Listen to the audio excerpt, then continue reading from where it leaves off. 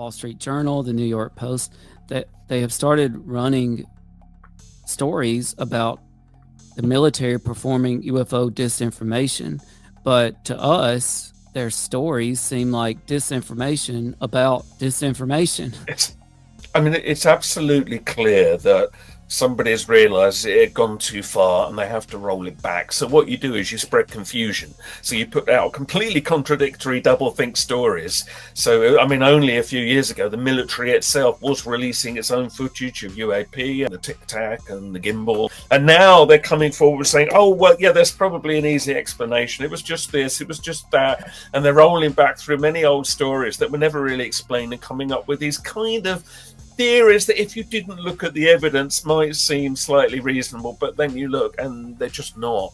But what it does is it throws people off the scent. So, confusion is, of course, classic divide and rule strategy. And I think what's going on now is somebody has panicked somewhere in the layers of power and thought, we've got to roll this back. There's a war going on under the surface. Disinformation has always been used to put anybody off the scent about any conspiracy or claimed cover-up, and it still is. And I think we see that now going on very overtly. It's just the annoying thing is, for the UAP world, is it looked like it was going somewhere, and now the waters have been so muddied. But I think that they might be getting themselves into a very sticky situation by doing that, because if it does suddenly all come out, they're going to be revealed as having played us for so long.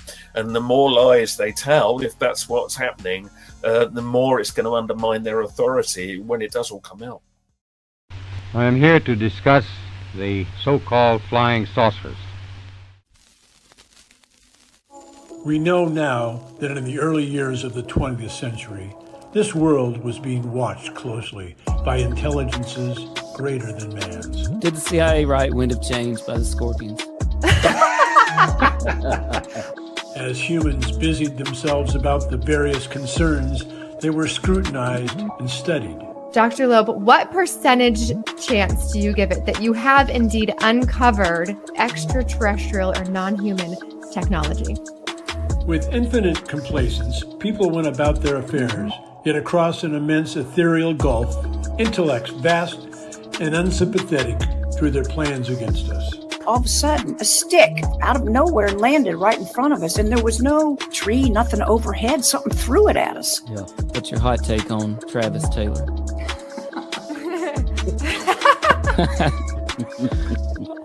I've got an exclusive for you guys if you want it about the Alaska. We do. Okay. Dr. Taylor was revealed to be the chief scientist of the UAP task force with the Pentagon. All Things Unexplained. So some of that, I think, sir, we'll save for closed session. Good morning. That's not something we get to say very often. Top of the morning to you. No, I think we should do every podcast at 10 a.m. because I'm really digging having coffee. Yes. With my podcast. And I don't know if it's the fact that it's morning time and I'm kind of a morning person, or the coffee, or both, but I have a lot of extra energy for this show. Oh, well, you always have extra energy, no matter what time of day it is. I'm just glad it's morning time, because normally when we do these, we go like 2.5 hours and it's midnight by the time we're done. So happy to be fresh this morning. My name is CJ Derringer. For those who don't know me, I'm here with my co-host, Dr. Mounts, and we're excited for a really great show today. We get to do what we love best, which is dive into the paranormal with one of the industry's greatest. We've got Andy Thomas joining us today for the second time. He joined us in the past on a discussion about crop circles, which I loved. That was a great discussion. It was. And if you look in the show description, you can find a link to that episode. I was so grateful for that one, because I felt like crop circles was something that we hadn't really discussed on this podcast, which is strange given this podcast is All Things Unexplained, and you reached out to the best and they all came and joined us, and it was so lovely. That's right. And speaking of strange, that's the title of Andy's new book. Yes. Strange. Yeah. And you can check out more about Andy at his website, which I've got on the screen, truthagenda.org. And we want to say hello.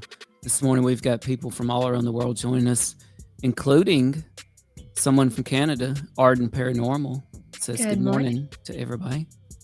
Thanks for joining us, Arden. Awesome.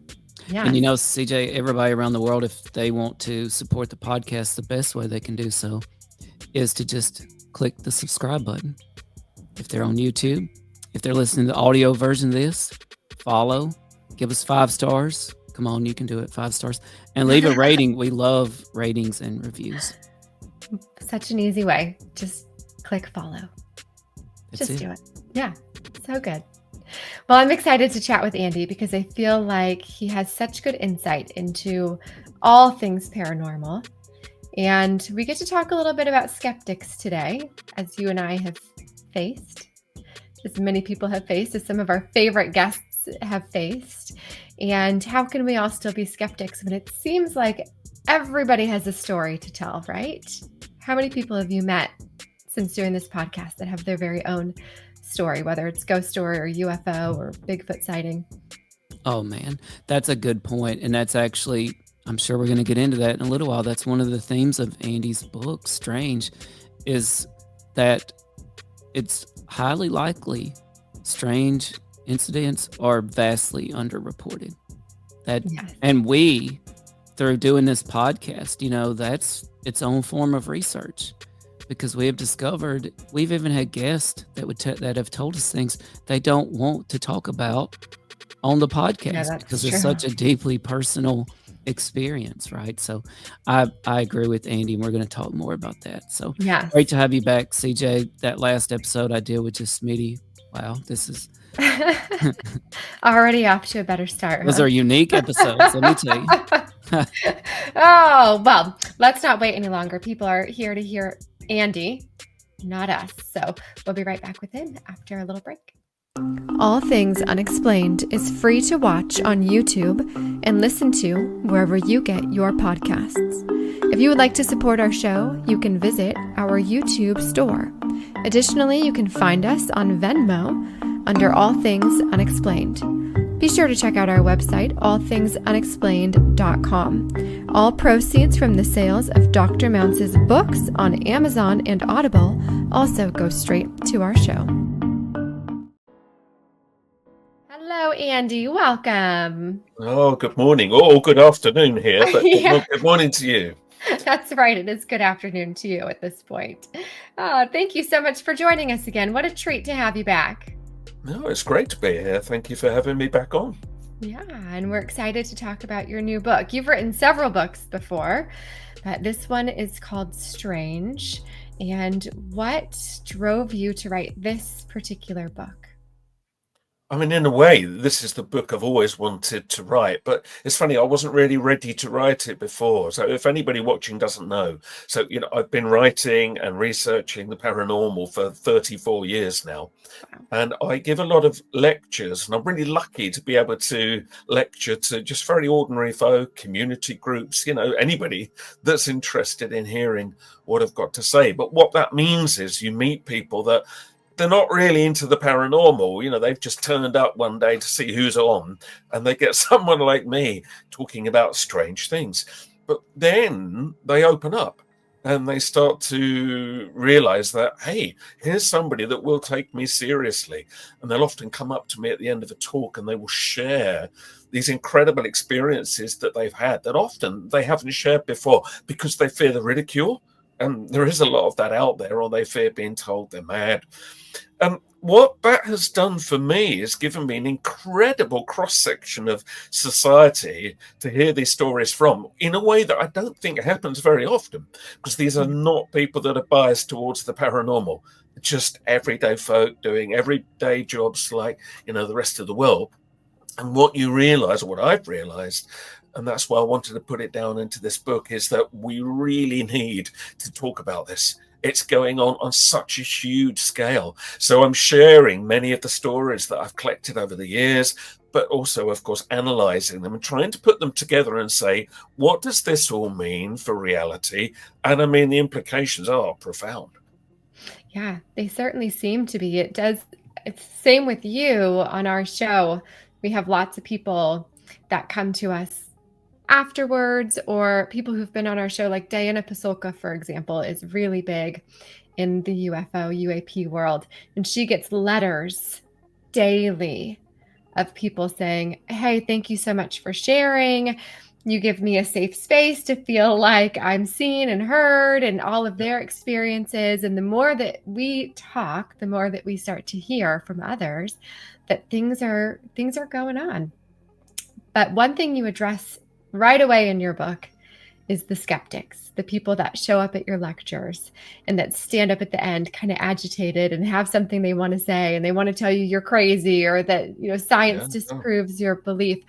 Do you feel like there's still more skeptics than there are believers? Well, I think what we have at the moment, and this isn't just true in the paranormal world, we can see it obviously all around us, is a very polarized world.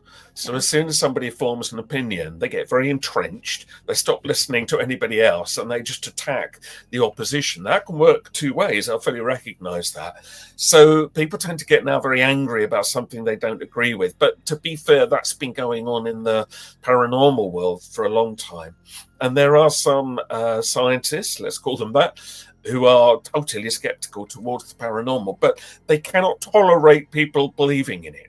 It's almost like they have to smash it because maybe they feel threatened by it, or, and this is an argument that I've heard and had leveled at me, they fear that we're still stuck in a dark age world of medieval thinking, and anybody that tries to have a conversation about it, people like me or you, they're accused of trying to take the world backwards, which is madness. That's not what we're trying to do at all.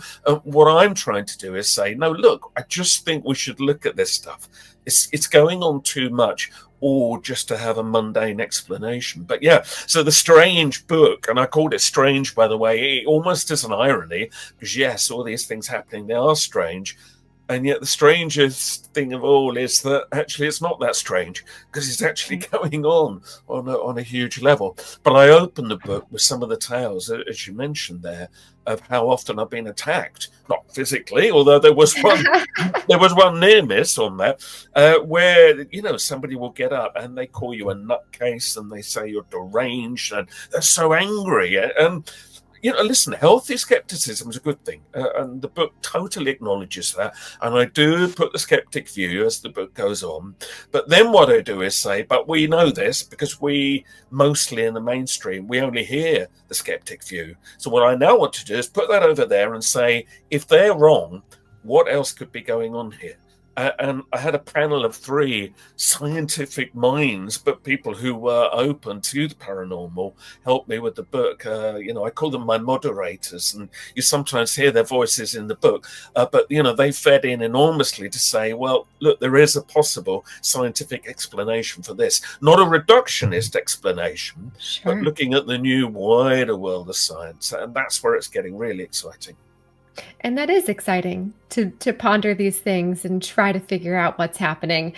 You share so many great stories in your book. Right away in chapter 1, you talk about a woman's experience with ghosts' footsteps, correct? Would you share a little bit more about that story? Yeah, I mean, listen, there are so many kinds of ghosts. And you get the kind that we'll see in sort of horror movies and people walking through walls and it's all a bit dark. But actually, I would say the majority of the ones that I've heard about are either just curious rather than horrific or scary, or they're beautiful. And in fact, the first sort of main chapter of the book deals with people who have had encounters with relatives who've usually passed away fairly recently, and they come back and they have conversations. And I know what the skeptics say, so they say, well, listen, of course you're going to miss that person, you want to see them, so you imagine that you saw them.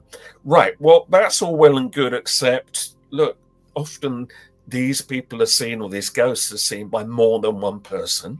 Are they all having the same hallucination? And the other thing to say about that is that yes, the brain is a strange thing and it can do strange things, but I have lost people in my life that I would have loved to have seen again. I never saw their ghost. It's this notion that because you will it happens. That's just not true. So to me, that's not good enough. And when you hear how often, say, somebody will have a terrible, tragic accident, and then they will appear to somebody they know, or sometimes a friend, at the very moment of their death, when the person that is seeing them doesn't know they've died yet. And they find out that later, and they discover that the apparition they saw was at that very moment. And the implications are incredible, because it suggests that sometimes you get a little grace period where before you go on to whatever's beyond this, you get a little chance just to go back and connect with people, which I think is a really beautiful thing. Yes. Yeah, there's so many different kinds of ghosts and apparitions. You could do a whole book about it, of course, but where I was excited was to dovetail that with people who believe they've had out-of-body experiences, seeing ghosts, but also aliens and angels, and you begin to discover actually there's a kind of a crossover, that reality is leaky. It doesn't run in the way that we think, and maybe there's far more realms out there than we know, and they all intersect with each other a lot more than we know. I have a lot of really beautiful personal experiences with family about to pass away and things that have happened. So I completely believe that this is happening. Why do you think that so many people downplay their everyday strange experiences that they have? I think there's a number of reasons for that. One is fear of how people might react to their stories, and that they'll be accused of being stupid or mad, or just, made fun of. And that does happen, to be fair. But I think the other thing is that if you admit to yourself that you definitely have had a paranormal experience, it's like you're peeling away a layer that you can't then pretend hasn't happened. And it means you might have to review the whole way that you look at the universe around you. And we've not been trained to do that. People have been trained to think it all goes from A to B, and it's nicely materialistic and mechanistic and all predictable. The minute you realize it isn't, it unveils a whole other world that can be a little bit daunting. And some people don't want to go there. Now, not everybody. Some have a paranormal experience and it's like they light up. It's like, yes, I knew the world wasn't making sense. Now it does. So it can go two ways. But the people that often speak to me, you can almost guarantee with certain types of people, they'll see me give a talk and realize I'm not going to make fun of them, and they come up. And they'll often sort of look around them and say, well, I've never told anyone this before, but... And then they'll tell you about a ghost or some psychic experience or a UFO that they've seen. And it's like, you can see, it's like lifting a weight that's been on them for years, because suddenly they can share it. And often, if their friends are with them, they'll look at them with shock and go, you've never told me that before. And they'll say, well, I just knew you wouldn't take me seriously, but he will. And so that's quite exciting to be able to facilitate that. And that really was the genesis of the strange book, is to, okay, let's really focus this and get this out there and put this together and get more people to be honest about what's happening to them and not fear the ridicule. Yeah. It really is beautiful when people share those stories with you. Sometimes I think people are protecting that experience for themselves too, because it was something that was so life-changing and they fear putting it out there and people trying to explain it away. I am thinking, Tim, of our friend's mom, who I will not give her name away, but she shared a video with us of a leaf. Do you remember? Do you know what I'm talking about? Yeah. Tim? And it was wild what happened in this video, and she didn't want to share it with anybody else. She just didn't want anybody to try and give her any other explanation than what she knew was true. So a little protection. But you also talk a lot about some very bizarre happenings in your book, and I know Tim wants to dive into that. But for those of you that are joining us, if you have any questions for Andy, or maybe you even have your own story that you want to share in a safe space, type it into the comments for us. Questions, put them in all caps, and we'll try and bring them in towards the end of the show here. But Tim, I'm going to toss it to you. Well, thanks. And I want to say hello to Marie, who's joining us from Australia this morning. She might also be afternoon for her. I think that's probably correct. Arden Paranormal, Andy, I don't know if you know Arden Paranormal, but she does paranormal investigations also. She says, wait till they have something happen to them. They won't be so skeptical. And I think that's probably an accurate statement. And Arden says, I've had many experiences in the over 20 years that she has been investigating Andy, one thing you talk about in your book with these bizarre happenings are sort of glitches in time and space. And we've heard people mention this sort of stuff on the show. What can you tell us about these situations? So, I mean, you could argue that some ghosts could be a glitch in time. I think there are spirits that have some consciousness and can interact with us here and now.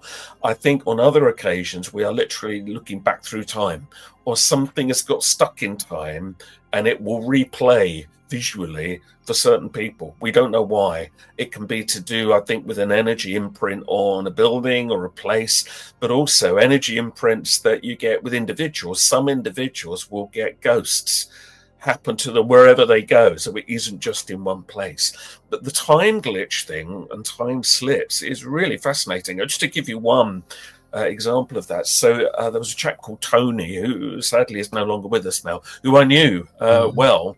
And he would often tell this story of when he drove a van around London here some decades ago. He was going to a road that he knew well to make a delivery. And as he got there one day, he realized the people walking past on the sidewalks were dressed in like old dresses. He said it looked like Edwardian period, and suddenly all the cars had changed and they were like very old, like very early cars, and horses coming through. And he thought they must be filming, a show or a film or something.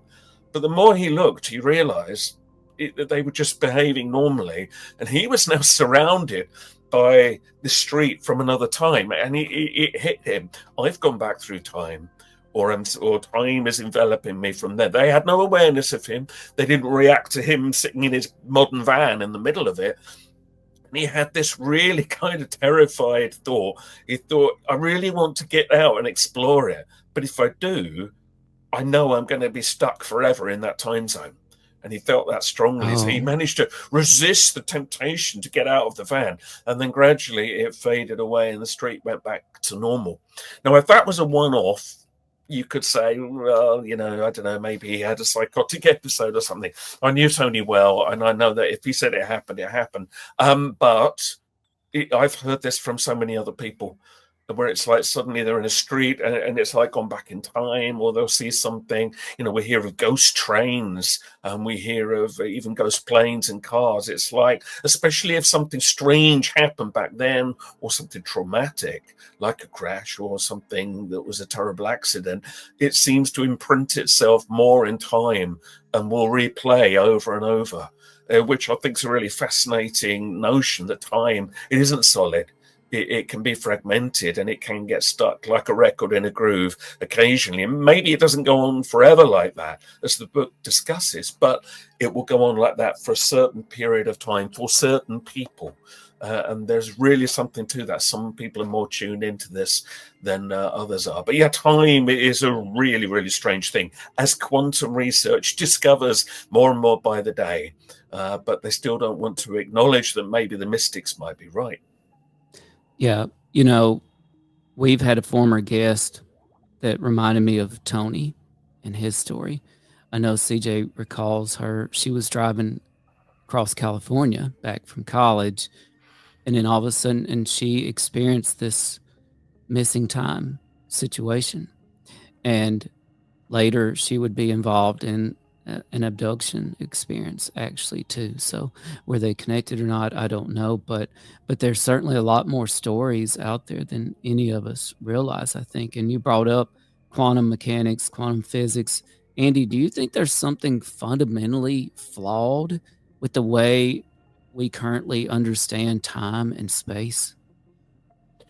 The irony here is that, we've known for a century now about quantum mechanics. No, I'm well aware you can use it to justify anything, okay? And the skeptics attack people for doing that, and I understand that. However, you cannot get around the fact that in a laboratory, at least at a microscopic level, you've got particles going backwards and forwards in time. They can coexist in two different places at once. They can be connected even though they're millions of miles away from each other. And yet in the next breath, they'll tell you, telepathy doesn't exist and time glitches can't exist, even though that is the opposite of what they're actually finding.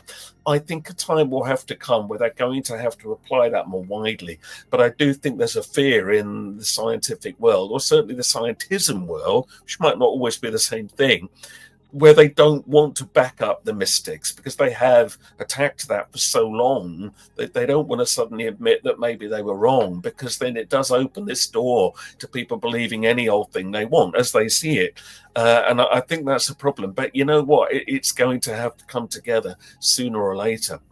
Time doesn't work the way we think. And just going back to ghosts, one fascinating phenomenon that I discuss in the book are where you get a cycle.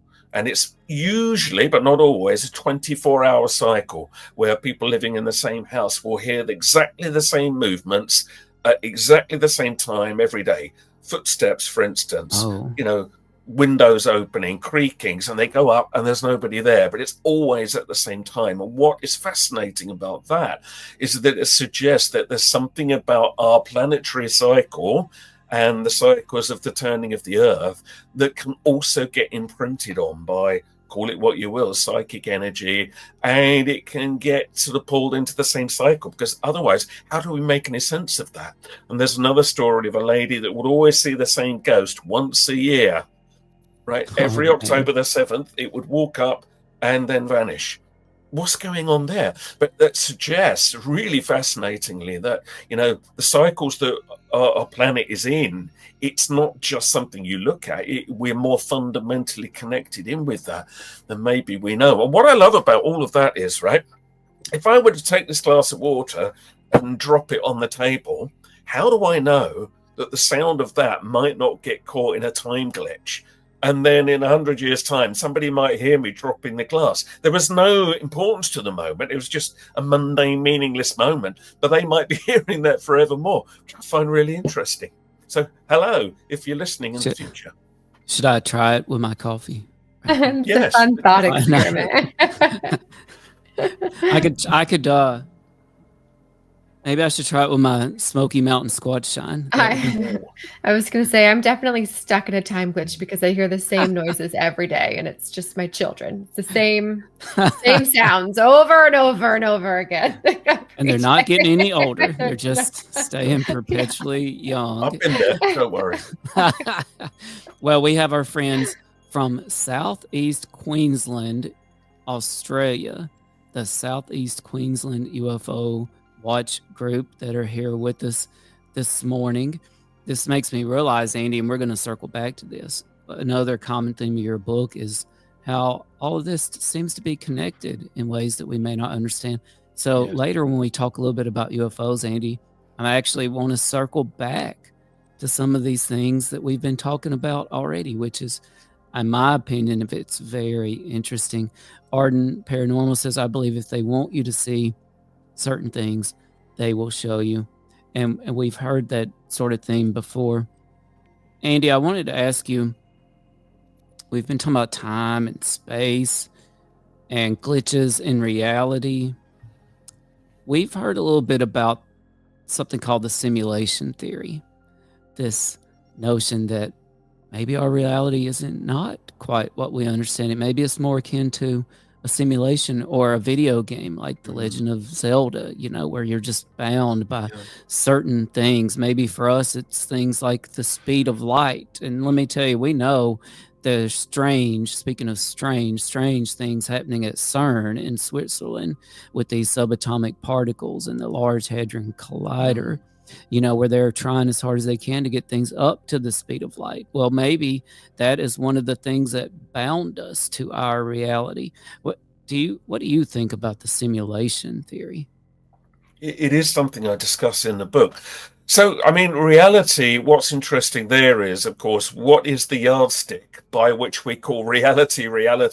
We don't know, because all we've got is what we see around us. So we've only got a very narrow sliver into understanding what reality is. And in the end, you have to get on with it and deal with it, because there it is in front of you. But something where you just peel a layer off and you're going to discover it doesn't work the way we think. One of the things that pops up a lot in the book is also the synchronicities of certain paranormal events happening at certain times to different people, and things that suggest, hang on a minute, that there's a pattern here that you can't just dismiss as coincidence.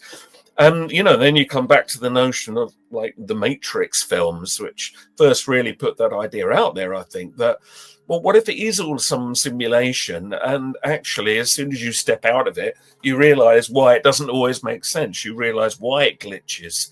And I mean, what I always say is that when you look at what they are discovering about the fabric of reality, in particle accelerators and quantum labs and all the rest of it, in a way, what we call the paranormal is inevitable.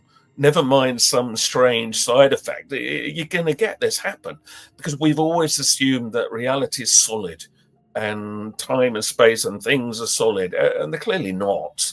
And scientists are very fond of telling you that table there, there's almost nothing in it. It's all empty space. But nobody then makes the leap beyond that about, so what's going on there then? What's happening between the bits where there isn't anything?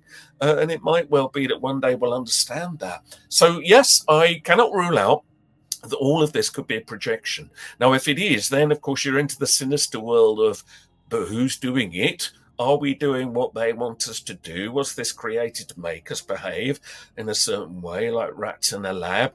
Or are we free within it? So even if it is a construct, are we free? Does it matter anyway? And some people that, try VR headsets and they get into that world often find that in the end, that world seems to matter more than their mundane everyday world. Maybe that's what's going to happen to all of us one day.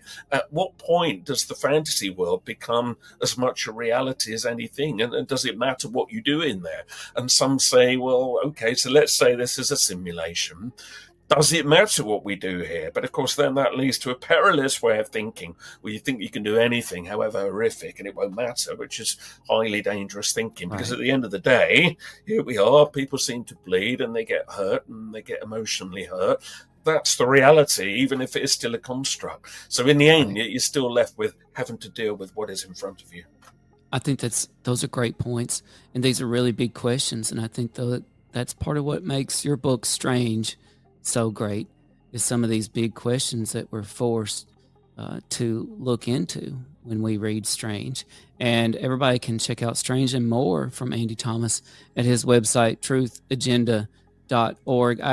And you brought up the Matrix, I actually have a challenge for our listeners. We have listeners right now all over the world, and it's a trivia challenge. Don't Google it. Okay, Just put your answers in the comments. This is for our listeners, so put your answers in the comments. Which pill did Neo take in the Matrix? The red pill or the blue pill? So, listeners, don't Google it. Just put your answers in the comments. Red pill or blue pill? Which one did Neo take in the Matrix? And I'm going to pass this over to CJ because, Andy, we're talking about reality, but this brings up a conundrum, in my opinion, that, what is reality? Is it a simulation? Is our understanding of reality flawed? But, okay, if then, what do we make of after reality? Yes. And, we talked a little bit earlier about our experiences, the ones that are living as others die, what happens. But one thing that I love to discuss is near-death experiences. I find these endlessly fascinating, probably because so many of us are constantly questioning, where did we come from and where are we going? And these near-death experiences might give us a little insight into that. And you discussed some in your book too. And I wanted to get your insight here on what's happening in these near-death experiences. I mean, I think there's a correlation between near-death experiences and out-of-body experiences. So in an out-of-body experience, it's a little bit more, it would seem, voluntary, if that's the right word, where often during sleep or under a general anesthetic, they'll find themselves lifting up above their body. They seem to have a separate existence. They can move around. They can look at things. They can then come back into their body and remember what they saw, and will often describe seeing things that they could never have seen physically lying down there. Like in a hospital, they'll describe seeing things in another room. But then you get the near-death experience, where it's usually where something extremely traumatic has happened, like a car crash or, something that nearly took them to that realm where whatever it is, we cross over and go to one of the other multi-dimensional realities. They're similar very often, but they tend to have more of an element of people literally visit other worlds. I mean, a famous example of this, and much attacked by skeptics, but was the neuroscientist Eben Alexander, who, would have been very skeptical about all of this until he had his own traumatic experience and wound up having his own near-death experience. And, he describes whole worlds, whole happenings that he witnessed that, in his view, just simply could not occur by just the brain having funny little signals towards the end of its life. Obviously, he came back. And that's the problem, because often the brain in this near-death state doesn't appear to be doing anything. So that's a problem for scientists, because they've declared the brain is pretty much everything. Well, what if it isn't? And that would then explain why people are still having these incredible experiences that they can then describe when, by luck or design or whatever, they do manage to come back and survive. But there's definitely a crossover. In the end, what you realize is that consciousness is not just this. In here, it can separate. It's very clear it can. It's fluid, and you can interact with other realms. And that's one of the other things, because scientists forever keep talking about multi-dimensional reality. There are other dimensions. There are other realities. Okay, what are they? Where are they? Why can't we interact with them? Well, maybe we are. But when you then say you've had an interaction, and many people think spirits, ghosts are just coming from another level that they've gone to. Equally, some of the very strange entities that people describe, strange creatures. I mean, look at the whole Skinwalker Ranch thing. Even if we believe only a third of the claims made for that area, where many strange things have been seen, maybe they're just coming from other realms that we can sometimes interact with when time and space gets ripped. And I think it gets ripped the most when something traumatic and unexpected occurs. And that is why often I think you will get more ghosts, and usually unhappy ghosts, resulting from some terrible death that was very unpleasant, very painful, and very quick, where it's almost like they were shocked out of their body and could not find their way, for whatever reason, into wherever the next realm is that we're supposed to go into. So I think all of this is related. And also, maybe we'll come to this, even the UFO world, because in that world, a lot of people are now saying consciousness is much more a part of it than anybody thought. It isn't just nuts and bolts flying around here. There's something else that is interacting with all these other realms. Well, that's a wonderful transition into our UFO segment. And if we haven't proved it already yet, Andy Thomas knows a lot about the paranormal world. So go check out his book, Strange, because there are just little gems of stories that cover all of these different topics in there. And maybe you'll learn something. Maybe you'll find something that you connect to, that speaks to you. So please do go pick up a copy of his book. And I know Tim has been very excited to talk about UFOs, UAPs. So dive on in, Tim. I mean, just a little bit. Just a little excited. I mean, right now, for anybody that isn't aware, I'm sure many of you will be, but, well, we're not supposed to call them UFOs anymore. We're supposed to call them UAP, unidentified anomalous phenomena. But hey, why not also UFO, unidentified flying object? It's not so different, really. But nonetheless, I mean, there's such a focus on this now, because we have had so many whistleblowers, especially in the States. And these are people that you wouldn't really expect from quite high-level military contacts, and that's saying there is an alien presence, UFOs are real. And we've seen in the last few years these congressional hearings where people like David Grush and, very respected pilots who've been basically reporting what they know or what they have personally seen, that just in the end you cannot say has a mundane explanation. Now, then you're left thinking, okay, so something odd clearly is flying around doing things that nothing that our official craft can do, but what if? Is it alien, as many of those whistleblowers are indeed claiming? Is it hybrid technology? Is it secret military projects that we're meant to think are alien? And this massive world of confusion is building up. But what I think is important is that whatever theory you plump for, I think it is building to something. I know a lot of people are hoping for some level of official disclosure. Well, who knows? I mean, even if they were to disclose something, would you believe it all? would you just think, is that a lie, or are you only telling me a little bit? Others are worrying about, what's called catastrophic disclosure, where it all spills out through some whistleblower that just cannot be denied. And the shock of that for society is so deep, this is the way the theory goes, that we'll all be reeling because we won't be ready for it. So I think there are factions within, especially the US authorities and the deep down layers, and this must surely be going on elsewhere in the world. But, I think especially in America, there are factions where some people don't want this to come out. They want to protect these secrets for their own reasons. Others do want them to come out because they believe it's wrong to withhold this from the human race. So all of that's going on, and put all that aside, people are seeing it. So on a daily basis, people are seeing incredible things. And in the Strange book, there's a whole chapter about this. But I put it into context with what is going on now in the wider field, because it is so crucial and it does feel like it is building. But I've been meeting people for years, often pilots, soldiers, sailors, police, who've all seen incredible objects doing things no known craft can do.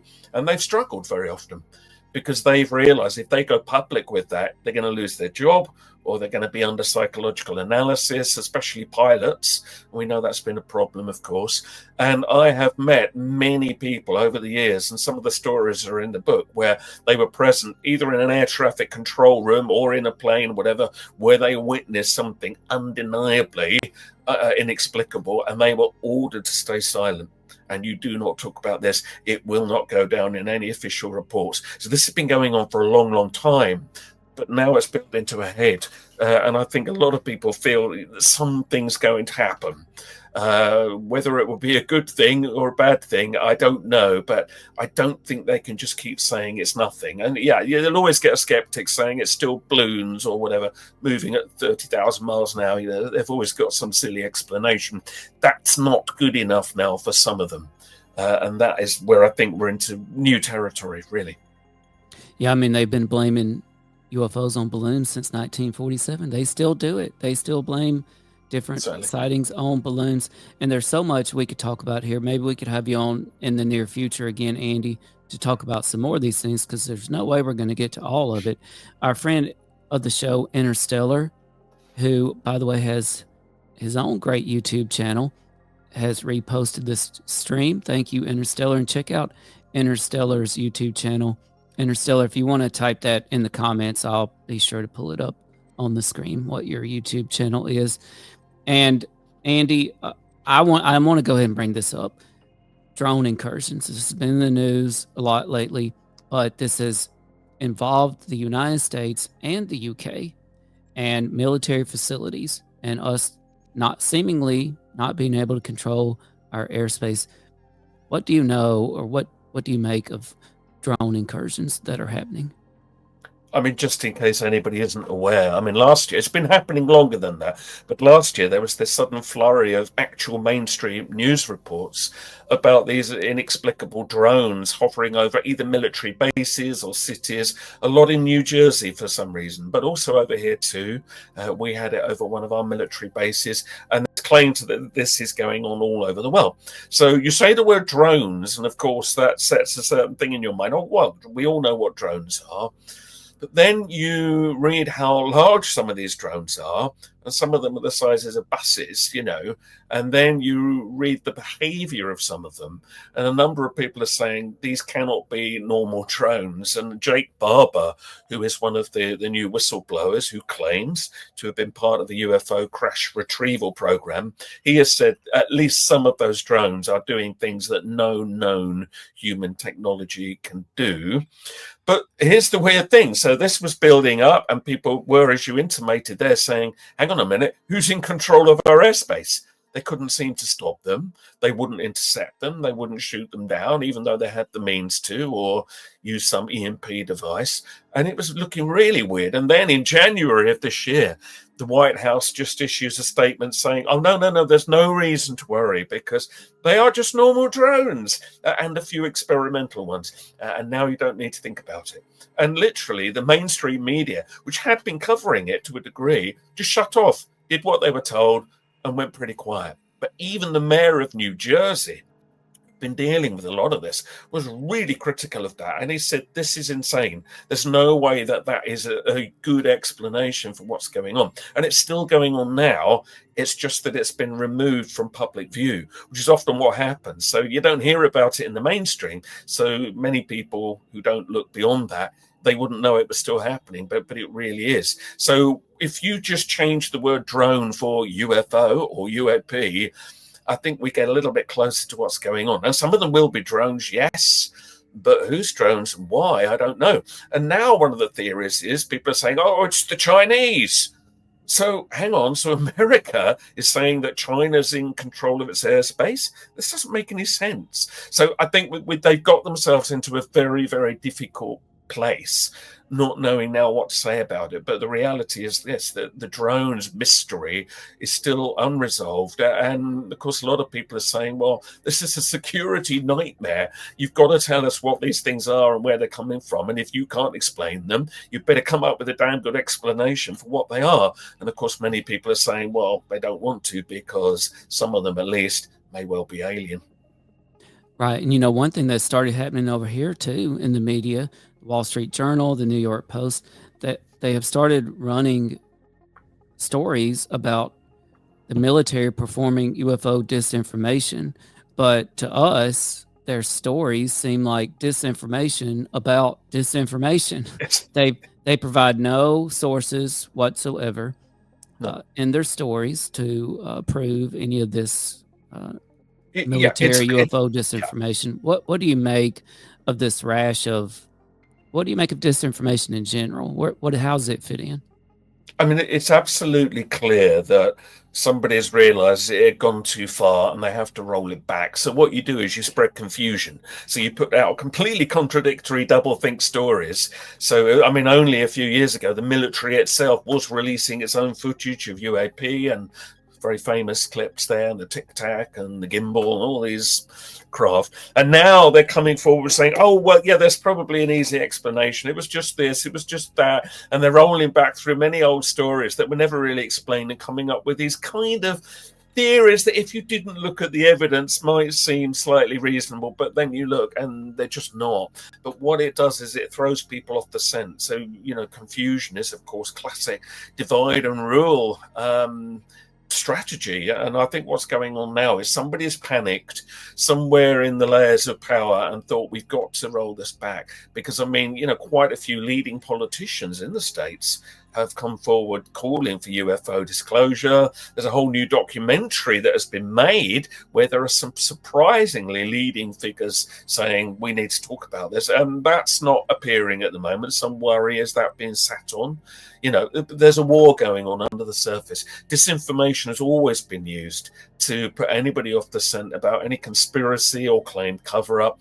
And it still is. And I think we see that now going on very overtly. It's just the annoying thing is for the UAP world is it looked like it was going somewhere. And now the waters have been so muddied. But I think that they might be getting themselves into a very sticky situation by doing that. Because if it does suddenly all come out, they're going to be revealed as having played us for so long. And the more lies they tell, if that's what's happening, the more it's going to undermine their authority when it does all come out. Right. We are so pleased to be joined by Andy Thomas this morning, author of Strange. You can find Strange and lots more at Andy's website, truthagenda.org. And before I pass on to CJ to talk a little bit about paranormal futures, and then we have a couple listener questions for you, Andy, if you're up for that. I had an epiphany just now because I had a note jotted down here that I wanted to ask you in regards to UFOs. But my epiphany is this, I believe, actually applies to everything in Strange. We have special people, or we seem to have special people who have a particular proclivity for experiencing the phenomenon. People like Chris Bledsoe, others. We have special places that seem to be haunted by ghosts or spirits or UFOs or other things. Roswell, New Mexico, Skinwalker Ranch. I know there's places like this in the UK. We also have special things, orbs, UFOs, UAPs, mystery drones, right? Nuts and bolts, odd things. What's the most important here, or how do these relate to each other? People, places, things. What's going on there, in your opinion? I think it's all of those things. And as the strange book goes through, and I want to stress this, it isn't just staccato story after story. I mean, yes, it shares many stories of people's encounters, but it builds a narrative. And as it goes through, you begin to realize there's a lot more crossover between all the seemingly disparate paranormal areas than you think. So yes, places within a certain area get imprinted. It's the only way we can put it, with some kind of psychic presence or a link with somebody that's died, and anybody that goes there could stand a chance of seeing some kind of ghost or paranormal phenomenon. But as I mentioned earlier, there are certain individuals that will be more sensitive to that than others. Some will see nothing, others will. Those same people will carry that paranormal phenomena around with them. I mean, one of the interesting things said by the UAP whistleblower Louis Elizondo is that once people started to get involved with researching this within the military, paranormal phenomena then started to follow them, the hitchhiker effect, back into their lives, and it's like they'd been latched onto. And I think that can happen to certain people, and certain people are very good at perhaps being conduits for that. Others are not. I mean, what is fascinating is you can have a really haunted house where there's endless things going on, and the families experience stuff, and other people come in and they see it and they know it's real. That family moves out, and then nothing happens. A new family comes in and nothing ever happens again. And everybody says, the previous lot must have been fraudsters. But I don't think it's like that. I think some families, we know that psychic connections can run, I think, whether it's genetics or some wider psychic field that bonds them as a family. Some have something that other families don't. And it's not wrong or right. It's just some people have these different abilities. So just because a house is haunted for one group of people doesn't necessarily mean that it will be for another. But in the book, I tell the tale of a lady that thought she lived in a haunted house, and she'd see this man with these strange white overalls, like a workman coming to do work, but then he would walk through the wall or he would vanish, and it disturbed her. But in the end, she realized he doesn't seem to do anything. I just see him. I'll pretend it's not going on. But then she moved out of the house and thought, great, he's gone. And then one day in her new house, there he was again. So he was there, clearly linked to her, not to the house. And that happens quite a lot. And he probably didn't help with the rent at all? Probably not. I'll never forget, I tried to lighten the mood when Brandon Fugel was on the show with us. And I thought, I'm going to ask him kind of a funny question here, right? And I asked him, and Brandon's the owner of Skinwalker Ranch, of course. I said, hey, if Skinwalker Ranch ever turns into a theme park, sort of a Jurassic Park type situation, what would be the most popular attraction there for people to go? And he's like, no, we're never going to do that. It's much too dangerous here. I won't even let my kids come out here. So I was like, oh okay. All right then. Well, good to know. Well, I mean, look, to be fair, I think, if you have witnessed things, and some of it is dark. So I'll just say that actually, because what I try to do in the book is say, yes, there are some dark things, there are dark entities, but actually a lot of these experiences are really beautiful. Sometimes they're fun, sometimes they're funny.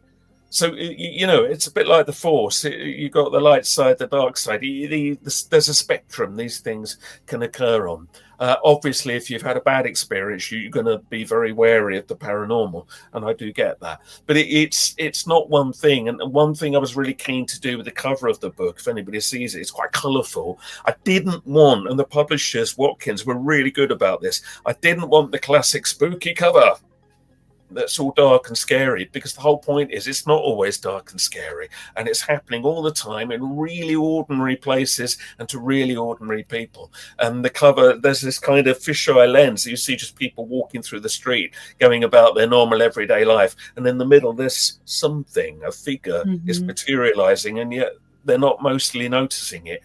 And it's nice and it's colourful and it tells the story without having to be frightening, which I was very keen to get away from. But sometimes, there are some unsettling stories in the book, and we need to acknowledge that as well. So it's a mix in the end. It is a mix. And, mentioning that it's not all frightening, some of it is actually quite enlightening. We're seeing this trend now of paranormal experiences, psychic mediums being used in mental wellness, health and wellness. Have you seen much of that in your work? Yes, I mean, I think getting a mainstream acceptance of that is going to be the tricky thing, because it's been held at bay as Dark Age madness for so long. And yet, the way I see it is, if it helps somebody, it helps somebody. And they tried to clamp down on that here in Britain a few years ago, actually, by saying that you could not claim that your psychic abilities or whatever could help anybody. You had to state in all your pamphlets or whatever that it was for entertainment purposes only. Oh, wow. Which I thought was really demeaning. Now, they're kind of, in the end, it sort of backed off. People just do what they want to do now. But that said to me that there is a fear of this, and maybe it is just, again, the skeptic mindset that doesn't want to acknowledge that. But now we're seeing psychedelics being used for medicinal purposes. So maybe, there will come a time where there'll be a bit more recognition that, look, if seeing a medium or a psychic helps somebody, it's helping them. I know some people think that's all demonic and all of that. Okay, I understand that viewpoint. But in the end, if something works for somebody, who is anybody else to tell them they shouldn't do it? Absolutely. Agreed. I love hearing people's connections and hearing psychics talk and what they're able to do. I think it's all very fascinating. Gosh, your story about the woman who saw the man in you said painter's overalls walking through walls. Tim, I don't know that I told you this story. Maybe I did. I recently stayed at the Hotel Montelion in New Orleans, which is supposedly haunted. So keep in mind, I had that in my brain already when I stayed there. But at one point, I left my room, and as I walked out, a man in construction gear walked right past me, and something about it felt odd. And I just went to the elevator, and then I decided I want to go back to my room and just make sure the door's shut or what have you. I turned around and he was gone. No door opened or closed. The stairs were not there. I'm like, okay, I don't know who that guy was, where he came from, but it all just felt just very different. And he didn't bring you a beignet or anything? No, I didn't get a beignet out of the deal. I should say that hotels often are haunted, and if you think about it, a lot of people come and go through them. A lot of human dramas occur in hotels. It's not all good, there's many encounters recorded in the book of people who've seen ghosts. So the one that sticks in my mind is the ghost of a Roman. So presumably he was from a time long before the building was built. He walked through the wall, and the woman screamed. But what was quite satisfying was, and her husband came in room and saw it too, and they're like utterly shocked. The ghost didn't look at them, and it just carried on walking through the next wall, and then they heard the people in the next room screaming. So they knew it wasn't just them seeing it. So I mean, going through all the hotel rooms. So there's a lot of hotel stuff, and there's got a fair bit of that in the book. So I mean, they are strange places, hotels. I think they contain a lot of weird energies. We heard a really weird hotel story. Yes, I was just thinking about you. You talking about the one with the jumpers? No. Oh. I guess we've heard a lot of it. I'm talking about the bride washing her hands in the bathroom. Yes. And then our friend went to go tell the front desk, there's a ghost in my room. And they were like, yeah, she's around here a lot. Do they charge extra for that?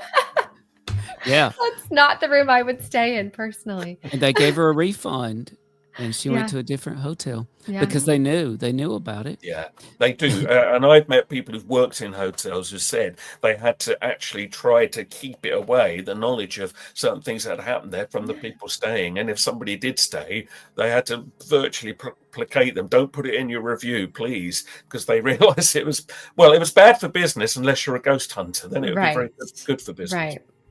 Well, and CJ, the one I was thinking about was a little darker. It's when we had Detective Scott Lunsford on. Yes. He's basically the Fox Mulder was it Asheville or Boone? It was Asheville. Asheville, North Carolina. And the irony was I was set to play in the state tennis tournament. coming up soon in Asheville, and I told him where I'd be staying. I was staying at an Airbnb type of place, and he said, "Oh yeah, I found somebody's foot there one time." Like, oh, that's interesting. But he had this story about this hotel, and at the time, it was the oldest hotel in Asheville, and at the time it was built, it was the tallest building in the city. Well, all around, right? Because you're in the mountains, basically there too, the foothills of the mountains, and so unfortunately, what that meant too was it became an easy way for people to take their own lives if they felt, like they needed to do that, just jumping off the top. So Detective Lunsler told us that it would happen fairly regularly, that they would get calls that people would see somebody jump off the top of the hotel, and the police would respond and get there, and there was no body. That didn't happen, but they apparently, they were sensing things from the past. Well, again, it's got stuck in a loop, and that's the thing, and people will see that over and over again. Really, that's really fascinating. Yeah, I mean, the hotels are strange places.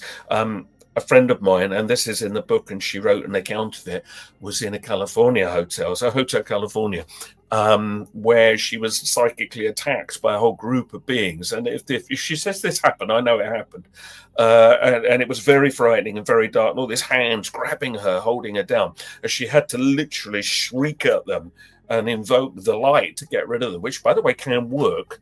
That's worth trying, because I think that you can get dark entities. If you get a portal, let's say if something happened in that hotel once, maybe, and there is a tear, these entities that do exist on other realms, it's like they home in on that. It's like, great, look, we can get into that world.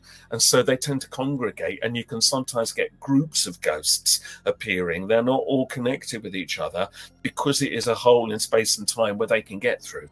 And I think that is something else that should be talked about more than it is. I've been to the Hotel California. Ugh. Remind me not to stay there again. Okay. Well, we are so grateful for your time and your insight. And I know we have a couple of listener questions that we want to get in here. So, Tim, if you want to pull one of those up. Oh, here we go. From our friends in Australia. When I sit still away from tech at night, I can see movement in my peripheral vision. What is that? I mean, obviously, without knowing what the movement is, that's quite hard for me to comment, except I would just say this. There are some people that say, like, often, if they sense an apparition in the room with them, for whatever reason, if you look directly at it, it's hard to see. If you just look to the side, you can sort of see more clearly what's going on. Now, there are faculties of the human eye that can do that. We sense more at the size than we think, but it is interesting that I have heard of paranormal encounters where looking directly at it, it just kind of was too vague. You couldn't see it. Just look slightly to the side, and it becomes clearer. Whether that's to do with the light that whatever it is emanating, I don't know. I'm sure an optician would say it's a complete trick of the eye, but I'm not sure that can explain everything. So yeah, that's a really interesting observation. Wonderful. Thank you. All right, Kim in San Diego. Of all the chapters in Strange, which one challenged you the most while writing it? Ooh, I mean, I found it a very enjoyable book to write. I don't always find writing easy, especially if you're dealing with difficult subjects. And I've written a lot about cover-ups and conspiracies in the past. This one, it kind of took care of itself, and I love the storytelling aspect. You're sharing people's stories, and there's a few of my own in there as well, which I'd never put down properly before, and that was interesting to do. Can I pick one out? I'll tell you what, the one that I think I found challenging is the wrong word, but I wanted to build the book to something that went somewhere and left the reader like not just, oh, well, that was a load of stories, that it left you with, wow, this is where it's all going. So probably the last chapter I had to think about the most, which is about where is paranormal research going to go in the future? Because, we've been researching this for centuries, and technology is now reaching a new level, which is very worrying and very wonderful all at the same time. And look, we all know that AI now is going to massively affect our world. It already is. Whether anybody will have a job at the other end of it, let's see. But on the other hand, right, there's minuses, the pluses, especially when quantum computing gets going in a more sort of, I think, available way, which many people think it will. that can calculate things so powerfully, so quickly, that things that in the old days would have taken us decades to work out, you'll be able to work out virtually instantly. If we apply AI and that level of data processing to look at the paranormal, and don't put in the boundaries of skepticism and say, look, I need you to look at this to see, is this real? I have a strong suspicion it's going to go, well, of course this is going on. How have you denied this for so long? A dispassionate AI version of looking at the paranormal, I strongly suspect, will actually pick up things that have been screened out of our society by very closed minds. But if it's not programmed like that, it might see what's in front of it and go, well, yeah, clearly there's something worth looking at here. And I find that very exciting, because then you could argue, and I discuss this in the book, will it then find a way to access psychic realms or other dimensions by working it out scientifically? Could a computer be psychic? Don't rule that out. But equally, there's an opposite argument, which is no technology is ever going to have the gifts that we as organic life have. And there's quite a divide on that. And I discussed that, and I don't know the answer. Some say the gifts that we have to go to other realms, that's firmly for us, not some piece of machinery. But the fact that they're going to edge into each other, I think really offers a really fascinating way forward with looking at the paranormal with whole new eyes. So maybe that chapter is the one where, I had to work on it the most. What am I saying here? And I'm very happy with it. And hopefully you'll come out of the book, a bit mind blown, but with an optimistic view. We're going to find out more about this. Something's going to happen that will reveal much more, and we will understand the world a lot better than we do today. Yeah. That's exciting. CJ, we have one more listener question here. Sure. Okay, Amelia from Savannah, Georgia. Lots of ghost stories down there. Andy, how do you take your afternoon tea? And is there a proper biscuit for contemplating crop circles? I appreciate that question. Well, obviously, you've got to have a round biscuit or cookie, whatever you want to say. We would say biscuit here. It's got to be round. I like the ones with the coloured stripy bits in them and the little ring hole in the middle. Those are good. That looks like quite a few crop circles. Yeah, we haven't even mentioned crop circles. They're in the book as well, by the way, quite a few encounters to do with that. As for tea, I'm looking forward to my tea soon. I take it with milk and a little bit of sugar, because, I just can't quite let go of that. Not yet. Same. I was really hoping we did not interrupt your afternoon tea routine. Not at all. Oh, that was a fun question. Well, Andy, tell our listeners where they can pick up a copy of your book. Basically, anywhere you've ever heard of that sells books should be able to sell you this book. Amazon, the obvious one. Barnes & Noble, around the world, Waterstones. If they sell books, in theory, you should be able to get it very, very easily. Just look it up, Strange by Andy Thomas. And if you go to my website, which you've already mentioned, thank you, truthagenda.org, there's a lot of information there about the book. There are some links to where you can buy it, and it will give you all the basics on the book. And lots more besides. There's videos to watch and me giving talks and interviews and articles to read. So do have a look at the website, and that'll give you everything you need to find your way to the strange, literally. Yes, and it really is a wonderfully fascinating book and a quick read. It's not daunting. You can certainly read every story and maybe connect to your own stories. And do you have any advice for any of our listeners that might be having strange experiences of their own? I do, and that is to talk about them, because I think the worst thing that's happened to our civilization is that this layer of shame's been added in, where everybody is afraid to speak about things that are real for them. Now, somebody might say, it was just in the mind. Who cares? If that was real for you, talk about it, because you might find somebody else is going to say, highly likely, hey, that's happened to me too. And you're going to realize, actually, it wasn't just a trick of the mind.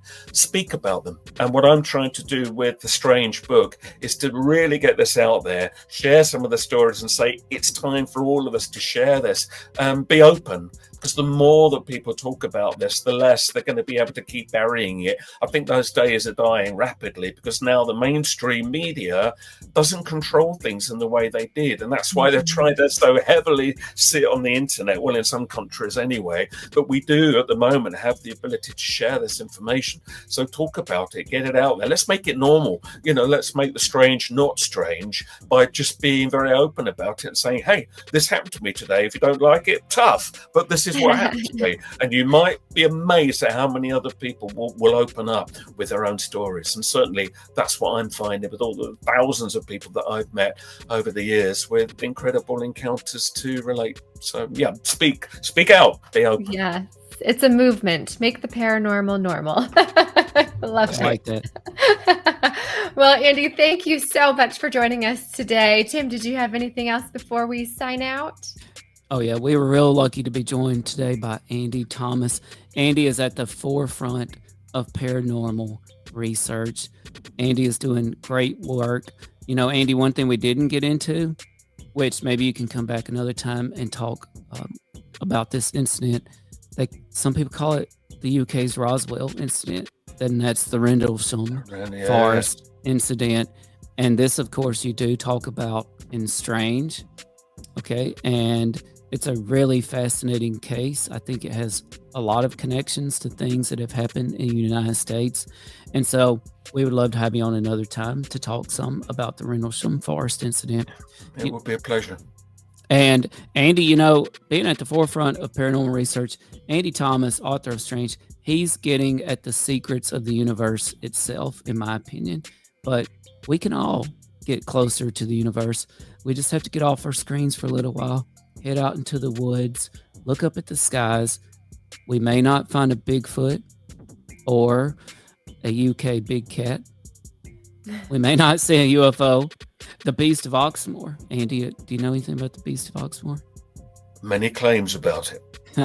We may not see the Beast of Oxmoor out there, but we might just find something even more important, and that's ourselves. Thanks to everybody around the world who joined us for this episode as well. And if you're not into forests, go find a local hotel, because it sounds like there's lots happening there too. Hotel California has some openings probably.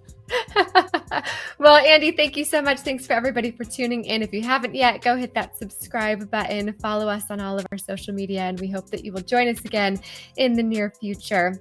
This has been another episode of All Things Unexplained. Stay happy, stay strange, and keep listening to All Things Unexplained. Thanks, Andy. Thank you. Thanks, CJ. I am here to discuss the so-called flying saucers. We know now that in the early years of the 20th century, this world was being watched closely by intelligences greater than man's. Did the CIA write Wind of Change by the Scorpions? As humans busied themselves about the various concerns, they were scrutinized and studied. Dr. Loeb, what percentage chance do you give it that you have indeed uncovered extraterrestrial or non-human technology?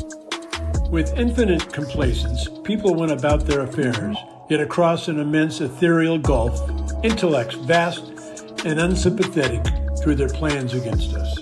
All of a sudden, a stick out of nowhere landed right in front of us, and there was no tree, nothing overhead. Something threw it at us. Yeah. What's your hot take on Travis Taylor?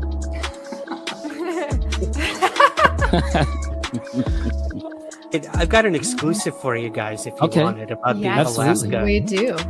Okay. Dr. Taylor was revealed to be the chief scientist of the UAP task force with the Pentagon. All Things Unexplained. So some of that, I think, sir, we'll save for closed session.